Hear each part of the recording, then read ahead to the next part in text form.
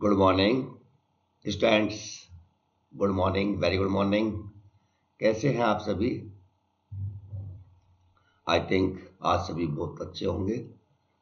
आज हम एक नई यूनिट, एक नया चैप्टर का अध्ययन करेंगे। गुणक की धारणा, द कॉन्सेप्ट ऑफ मल्टीप्लायर। ये बीए पार्ट थर्ड में मैक्रो इकोनॉमिक्स के सिलेबस में है, बड़ा इम्पोर्टेंट है। और आज हम इसीलिए गुणक की धारणा का अध्ययन करेंगे। तो स्टूडेंट्स, लेट्स स्टार्ट। गुणक गुणक द कॉन्सेप्ट ऑफ मल्टीप्लायर। गुणक की धारणा का विकास सबसे पहले एक अर्थशास्त्री हुए हैं, आर.एफ. काहन ने किया था। उन्होंने एक लेख लिखा था जून 1931 में, जो इकोनॉमिक जर्नल में प्रकाशित हुआ, the relation of home investment to unemployment. इसमें उन्होंने गुणक की धारणा का सबसे पहले बताया था। काहन का गुणक रोजगार गुणक है, जबकि किन्स ने काहन के विचार को ग्रहण किया और निवेश गुणक, इन्वेस्टमेंट मल्टीप्लायर, उनका एम्प्लॉयमेंट मल्टीप्लायर था काहन का, जबकि इन्होंने, किन्स ने जो दिया वो इन्वेस्टमेंट मल्टीप्लायर था। इसको हम कैसे कैसे, गुणक होता क्या है। किन्स ने अपने गुणक सिद्धांत को पहले रोजगार सिद्धांत का अभिन्न माना। किन्स के अनुसार गुणक उपभोग प्रवृत्ति के दिए होने पर समस्त रोजगार एवं आय और निवेश के बीच यथार्थ संबंध स्थापित करता है। गुणक हमें बताता है कि जब निवेश में कोई वृद्धि की जाएगी तो आय में जो वृद्धि होगी वह निवेश में की गई वृद्धि की के गुणा होगी। इसको हम एक सिंपल भाषा में समझ लेते हैं कि जब निवेश में कोई वृद्धि की जाती है, प्रारंभिक निवेश में कोई वृद्धि की जाती है, तो उससे आय में जो अंतिम वृद्धि होगी, वृद्धि के कई चक्र होंगे, एमपीसी दी हुई है, रोजगार का कोई स्तर है, उस पर यदि हम निवेश में वृद्धि करते हैं तो आय में कई गुना वृद्धि होगी।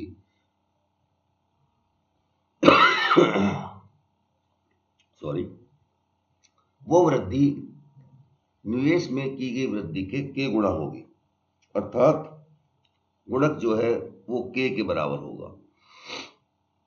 इसको हम ऐसे लिख सकते हैं कि delta Y is equal to K into delta आई।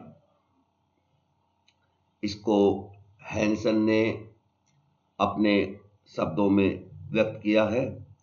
उन्होंने बताया है कि केन्स का निवेश गुणक ऐसा गुणक है जो निवेश में हुई वृद्धि को आय की वृद्धि से संबद्ध करता है।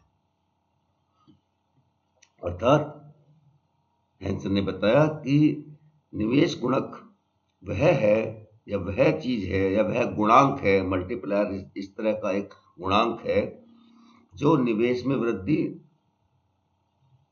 और आय में वृद्धि को आपस में संबद्ध करता है। अर्थात हम लिख सकते हैं कि K is equal to delta Y upon delta I. K का मतलब हो गया गुणक, मल्टीप्लायर। वाई, आई का मतलब है वाई, इसमें आय है, और आई वो निवेश है। हम इसको ऐसे भी कह सकते हैं कि सपोज निवेश में 100 करोड़ की वृद्धि की गई, जिससे राष्ट्रीय आय बढ़कर 300 करोड़ हो गई, तो गुणक का मान कितना हुआ? 3 हुआ। 100 करोड़ निवेश से आय में वृद्धि 300 करोड़ की हो गई, तो डेल्टा वाई 300 और डेल्टा आई 100, दोनों का भाग दे देंगे तो हमारा आएगा 3। अर्थात ये भी कह सकते हैं कि उनका अनुपात कितना है वो गुणक का मान होता है, या ये भी कह सकते हैं कि निवेश में जो वृद्धि होती है उसके यदि गुणक का मान जितना है उसके द्वारा हम आय में वृद्धि को ज्ञात कर सकते हैं।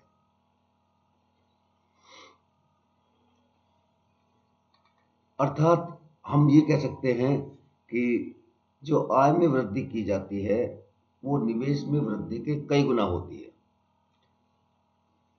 अब जैसे मान लो कि सरकार ने कुछ सार्वजनिक कार्यों पर, सड़क निर्माण पर, पुल निर्माण पर, स्कूल पर, अब हॉस्पिटल्स पर 100 करोड़ रुपए खर्च किए। क्या होगा, ये 100 करोड़ रुपए सरकार जो लगाएगी वो मजदूरों को मजदूरी की भुगतान या उत्पत्ति के साधनों के आपूर्तिकर्ता को भुगतान, सड़क निर्माण या अन्य जो कार्य हैं उनकी परिश्रमिक देगी। अर्थात 100 करोड़ जो है उससे लोगों की आय में 100 करोड़ की वृद्धि हो जाएगी। लेकिन ये चक्र यहीं पर नहीं थमेगा, इसको हम आगे समझेंगे। ये 100 करोड़ लोग इनको उपभोक्ता वस्तुओं पर खर्च करेंगे। मान लीजिए सीमांत उपभोग प्रवृत्ति निश्चित दी हुई है, तो ये 100 करोड़ रुपए पुनः अर्थव्यवस्था में आएंगे, एक चक्र चलेगा, उससे आय फिर जनरेट होगी। जितनी सीमांत उपभोग प्रवृत्ति होगी उसी के अनुरूप गुणक का मान होगा, और ये 100 करोड़ रुपए से अंतिम तौर पर मान लो अर्थव्यवस्था में 300 करोड़ रुपए या 400 करोड़ रुपए की वृद्धि होती है, तो गुणक का मान एमपीसी के मान के अनुसार निर्धारित होता है। ये हम देखेंगे भी। वो मान लो 4 है तो 400 करोड़ की हो जाएगी, और यदि गुणक का मान 3 है तो 300 करोड़ की वृद्धि हो जाएगी।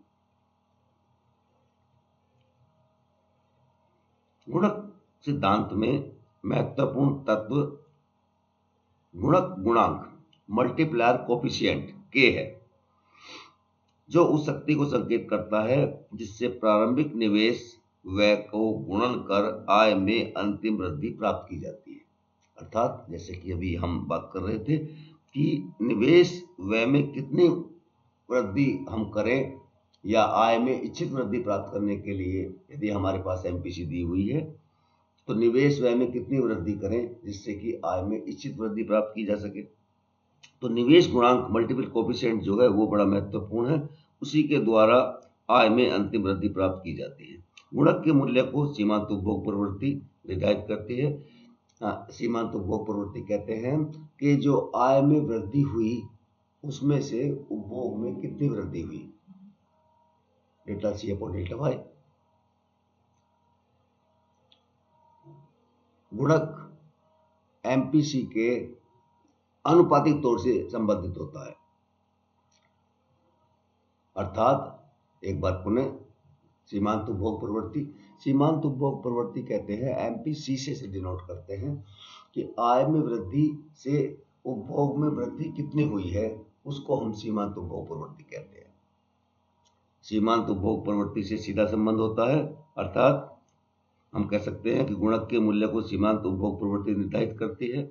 सीमांत उपभोग प्रवृत्ति जितनी अधिक होगी गुणक का मूल्य उतना अधिक होगा, और विलोम से भी कि सीमांत उपभोग प्रवृत्ति जितनी कम होगी उतना ही गुणक का मूल्य कम होगा। इसको साथ ही साथ हम यहाँ सीमांत बचत प्रवृत्ति से भी जोड़ सकते हैं। हम जानते हैं कि सीमांत उपभोग प्रवृत्ति और सीमांत बचत प्रवृत्ति मिलकर एक होते हैं। यही कह सकते हैं कि जो आय में वृद्धि होती है वह बचत और उपभोग दोनों में विभाजित हो जाती है। आय में हुई वृद्धि से उपभोग में जितनी वृद्धि होती है उसको है एमपीसी या सीमांत उपभोग प्रवृत्ति से डिनोट करते हैं, प्रदर्शित करते हैं। जबकि जो बचत में वृद्धि होती है उसे हम सीमांत बचत प्रवृत्ति या MPS, marginal propensity to consume, MPC और मार्जिनल प्रोपेंसिटी टू सेव, सीमांत बचत प्रवृत्ति ये कहते हैं। तो यदि हम 1 माइनस एमपीसी, एक में से एमपीसी को निकाल देते हैं तो हमारी सीमांत बचत प्रवृत्ति आ जाती है। अभी हमने देखा कि गुणक का मूल्य सीमांत उपभोग प्रवृत्ति से निर्धारित होता है। सीमांत उपभोग प्रवृत्ति जितनी अधिक होती है गुणक का मूल्य उतना अधिक होता है, या सीमांत उपभोग प्रवृत्ति जितनी कम होती है गुणक का मूल्य उतना ही कम होता है। इसी प्रकार हम निकाल सकते हैं कि गुणक का मूल्य सीमांत बचत प्रवृत्ति के व्युत्क्रम होता है, अर्थात जितनी सीमांत बचत प्रवृत्ति अधिक होती है गुणक का मूल्य उतना ही कम होता है। सीमांत बचत प्रवृत्ति अधिक, गुणक का मूल्य कम, सीमांत बचत प्रवृत्ति कम, गुणक का मूल्य अधिक। इस प्रकार हमारे पास यदि सीमांत बचत प्रवृत्ति या सीमांत उपभोग प्रवृत्ति दोनों में से कोई सी भी है तो हम गुणक का मूल्य निकाल सकते हैं, और निवेश में हुई वृद्धि के अनुसार आय में अंतिम कितनी वृद्धि होगी इसको हम ज्ञात कर सकते हैं। ये गुणक की व्युत्पत्ति है, कैसे कैसे हम गुणक के द्वारा वो निकालते हैं। इससे पहले मैं थोड़ा सा और प्रकाश डालना चाहूँगा delta C upon delta Y MPC या delta S upon delta Y MPS. Suppose सीमांत उपभोग प्रवृत्ति 0 है, हम जानते हैं कि दोनों का योग 1 के बराबर होता है, MPC plus MPS is equal to 1। यदि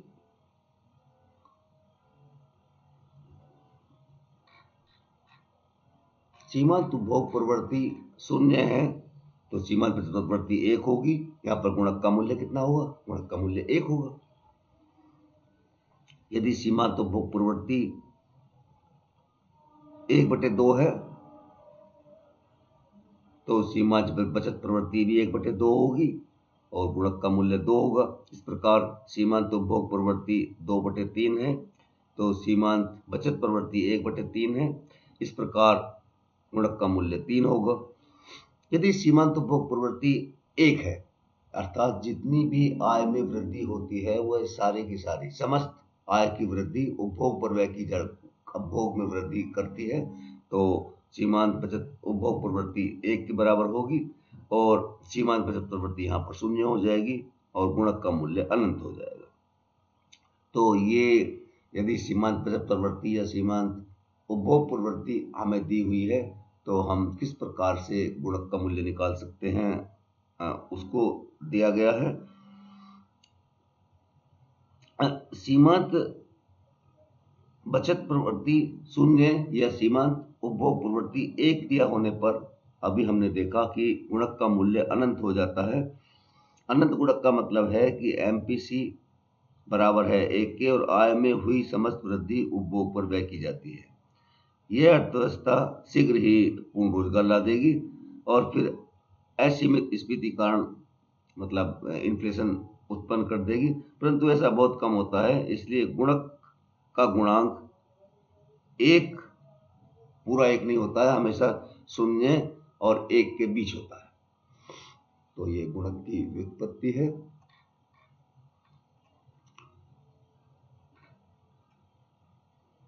ये सब वही दे रखा है, इस प्रकार से हम निकाल सकते हैं गुणक का मूल्य k = 1/1 माइनस एमपीसी या 1/MPS ये दे रखा है। इसमें है गुणक की बीजगणितीय व्युत्पत्ति।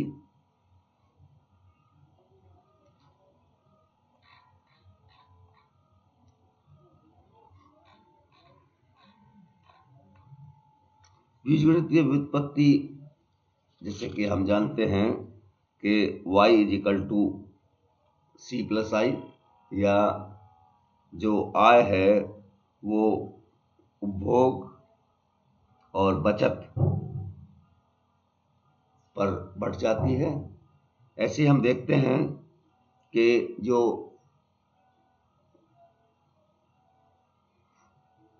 Delta Y delta C upon delta I, यही कह सकते हैं कि जो आय में वृद्धि हुई वो निवेश में वृद्धि और उपभोग में हुई वृद्धि के बराबर होती है।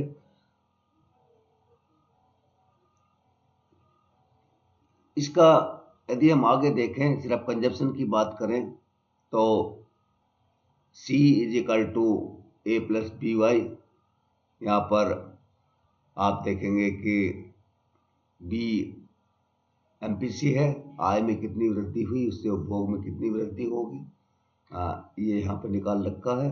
यदि हम ऊपर की जो समीकरण थी उसको प्रतिस्थापित कर दें तो हमारी ये आ जाएगी y delta Y upon B into delta Y is equal to delta I, या अंत में हमारा ये आ जाएगा डेल्टा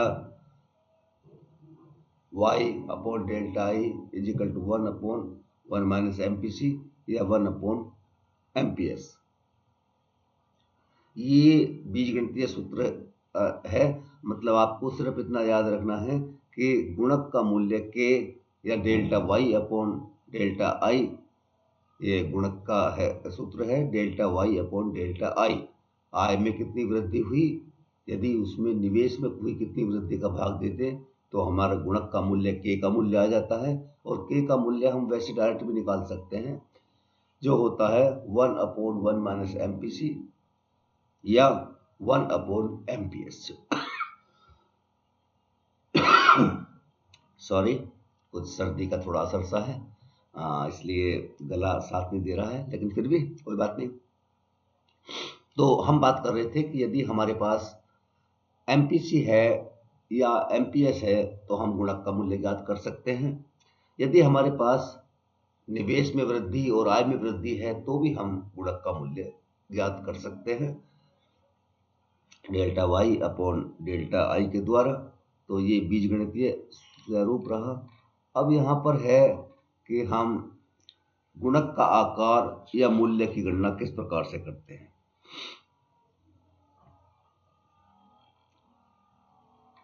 यहाँ हम मान लेते हैं कि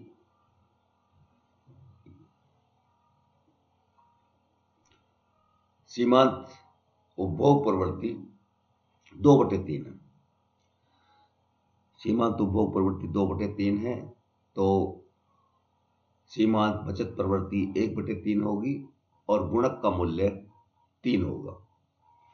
यदि हम प्रारंभ में 100 करोड़ रुपए अर्थव्यवस्था में सरकार निवेश करती है तो गुणक का मूल्य क्योंकि हम जानते हैं 3 है, तो उसके अनुसार आय में अंतिम वृद्धि निवेश में हुई वृद्धि गुणा के बराबर होगी, अर्थात 100 गुणा 3 300 करोड़ के बराबर होगी। और वो कैसे कैसे होगी, वो एमपीसी के अनुपात में सर्वप्रथम जब 100 करोड़ रुपए निवेश किए जाएंगे तो उसमें से उपभोग प्रवृत्ति के अनुसार यह आय बचत और आय दोनों में डिवाइड हो जाएगी। इस प्रकार से चक्र चलता रहेगा जब तक कि आय में वृद्धि अंतिम नहीं हो जाती, सीमांत उपभोग प्रवृत्ति में अंतिम वृद्धि नहीं हो जाती, यहाँ पर बचत में वृद्धि भी शून्य हो जाएगी और अंतिम जो हमारे पास फिगर आएगी वो आय में वृद्धि 300 करोड़। यदि हम सब समझ चक्रों की आय को जो वृद्धि हुई है उनको जोड़ लें तो 300 करोड़ की वृद्धि होगी,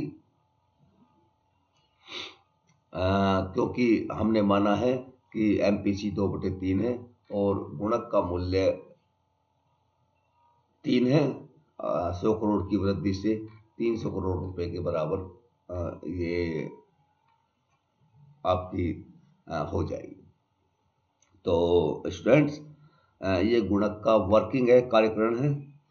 गुणक के वर्किंग में हम अभी जो हम बात कर रहे थे गुणक, इसमें दोनों ही चीजें हो सकती हैं।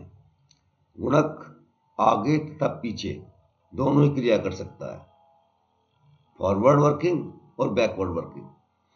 पहले हम इसके आगे की क्रिया का अध्ययन करते हैं कि गुणक में निवेश में परिवर्तन के उस संचयी प्रभाव की व्याख्या करते हैं जिसके स्वरूप उपभोग व्यय का प्रभाव के माध्यम से आय पर पड़ता है।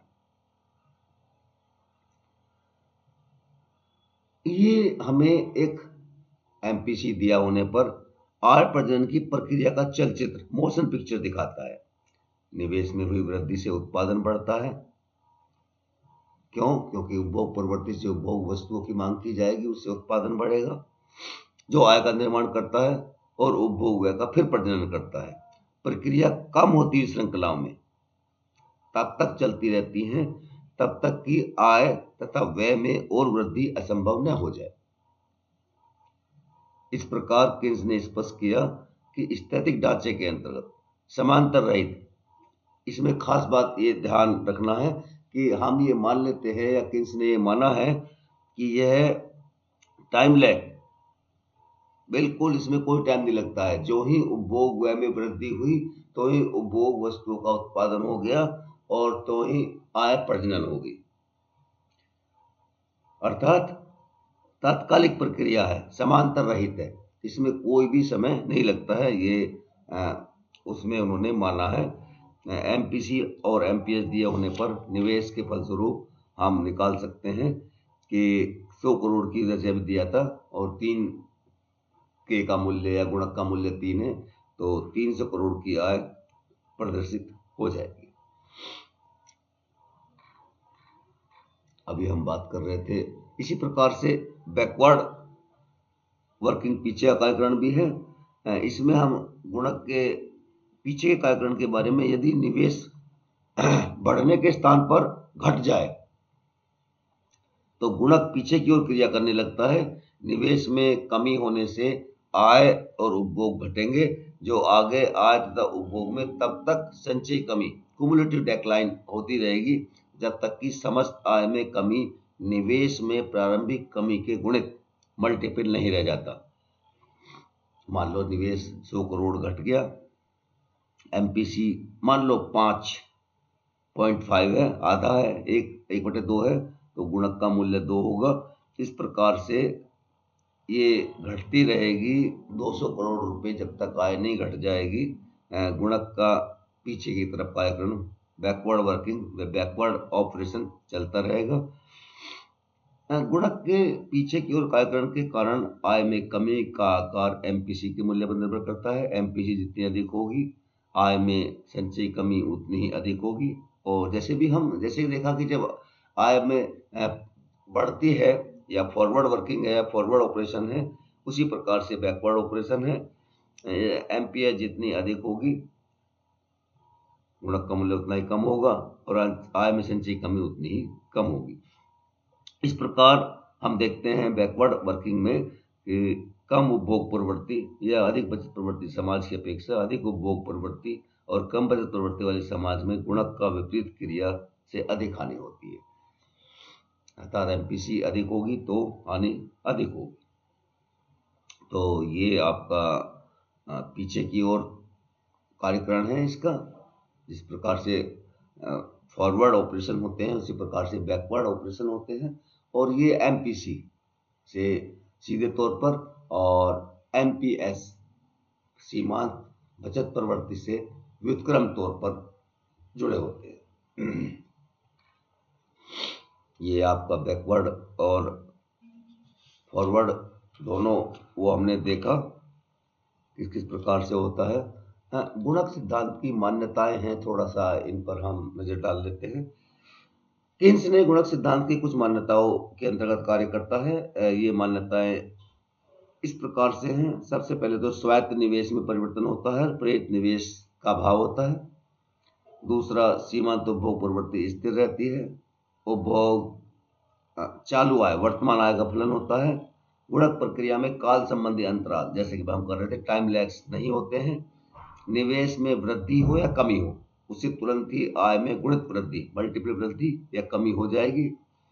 गुणक प्रक्रिया को पूर्ण होने देने के लिए निवेश के स्तर को धीरे धीरे स्थिर रखा जाता है। ये आपकी गुणक की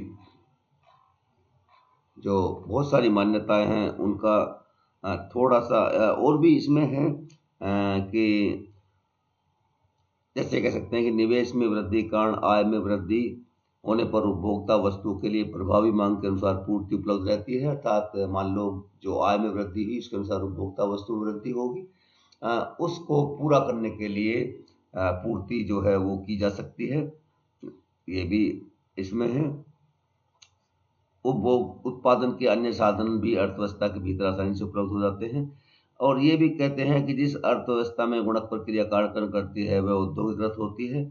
बंद अर्थव्यवस्था होती है, क्लोज इकोनॉमी होती है, अर्थात विदेशी जो व्यापार है उसका कोई प्रभाव नहीं होता है, कीमतों में कोई परिवर्तन नहीं होता है, निवेश पर उपभोग का त्वरक प्रभाव छोड़ दिया जाता है, एक्सीलरेशन इफेक्ट, इसको हम बाद में अध्ययन करेंगे। और अर्थव्यवस्था में पूर्ण रोजगार से अपेक्षाकृत कम स्तर होता है। आय में वृद्धि तभी होगी, रोजगार में वृद्धि तभी होगी कि जब अर्थव्यवस्था में क्लासिकल इकोनॉमिस्ट के विपरीत, क्योंकि क्लासिकल इकोनॉमिस्ट मानते थे कि पूर्ण रोजगार होता है, कि अर्थव्यवस्था में पूर्ण रोजगार से अपेक्षाकृत कम स्तर होता है। उस स्थिति में हम कह सकते हैं कि ये मान्यताएं हैं आपकी। इसका क्योंकि ये वीडियो हम यहीं पर समाप्त कर रहे हैं। इसके आगे का एक वीडियो जिसमें गुणक के रेखा चित्रीय प्रदर्शन, कुछ गुणक में जो रिसाव होते हैं उनकी बात करेंगे, जिससे आज जनरेशन में कमी हो जाती है। इस प्रकार से थोड़ा सा गुणक का क्रिटिसिज्म देखेंगे। तो स्टूडेंट्स ये वाला यहीं तक। Thank you very much. इसमें आप अध्ययन कीजिएगा, बुक्स में भी है, कोई आपकी समझ में नहीं आता है तो मेरे को बताइएगा, हम पुनः मिलेंगे। Okay, thank you.